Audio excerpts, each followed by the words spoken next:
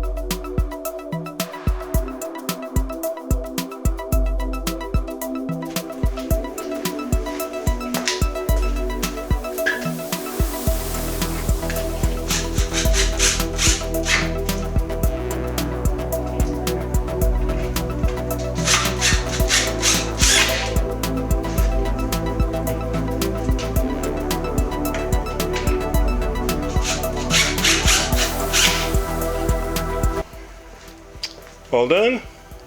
No more sinking. Nice and level. Looks much better. Thanks for watching.